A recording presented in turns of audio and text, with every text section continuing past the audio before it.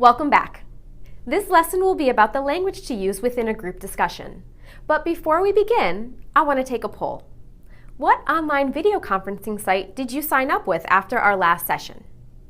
And my second question, why that tool? Whichever one you chose, I hope you will become familiar with it enough to do a video conference through it by the end of this module. Now let's turn back to this lesson. In this lesson, we'll be looking at and practicing group discussion language such as to agree or disagree with other speakers, to clarify, which means to make sure we understand, to restate in your own words what someone else has said, to take a turn, and to show interest.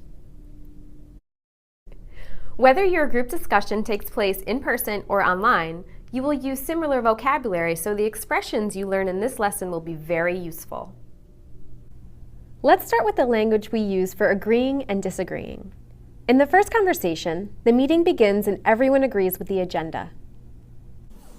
Good morning. Does everyone agree with our plan? Yes, I agree. It looks good to me. I think so too. I definitely agree. Great then, let's get started. During a group discussion, we might find it easy to agree. But when we want or need to disagree, we can feel less comfortable. Fortunately, there are many ways to disagree and still remain polite and positive. Let's see what happens here. So here's my idea. I'm afraid I don't agree. I'm sorry, but I don't agree. That's interesting, but I'd prefer something different. Actually, I disagree. With the right expression, it's possible to disagree and continue the conversation in a positive way. Let's now look at how to clarify information. During a discussion, it's very important to be sure that you are following the conversation. Can you hear everyone? Do you understand what the others are saying and what they mean? When you don't, you can use one of these expressions to let speakers know you would like them to clarify by repeating or explaining something that they have just said to you so that you better understand it. Now let's move to the first item on our agenda, a review of the budget. Excuse me? I didn't hear that. Could you say it again? Sorry, I missed what you just said. Could you repeat that, please? I'm sorry. Could you explain that again? Excuse me, could you tell me what that means? While you might feel uncomfortable and not want to ask for clarification, it's a normal part of discussion. It's better to ask than to let discussion continue without understanding. And as the speaker clarifies, you'll want your body language to show you understand. Keep your eyes on the speaker and nod your head.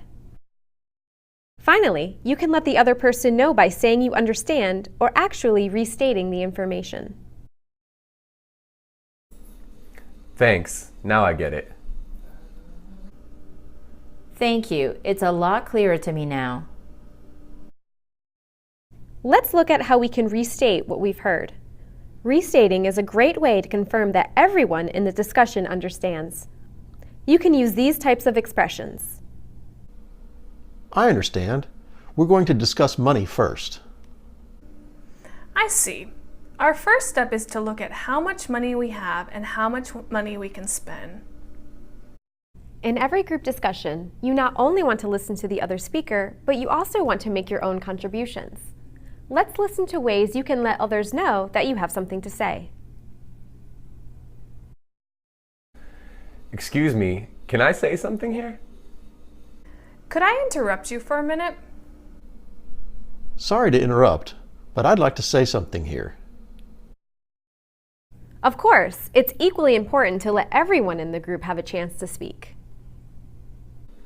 So what do you think? Can you give me your thoughts on this? Do you agree? What's your opinion? Lastly, it is important to show that you are interested in what the other person is saying.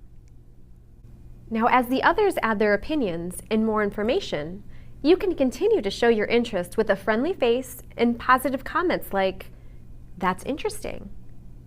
"Really? I see." So let's recap. In this lesson, I have introduced expressions and language for group discussions. These help the other people in the group know that you are following the discussion and that you are interested. By including these expressions, you can agree, disagree, clarify, restate, interrupt, include everyone, and show interest. Practice these expressions and you will be on your way to fluent participation in group discussions. Practice and use some of these expressions in your next in-person or video conference meeting.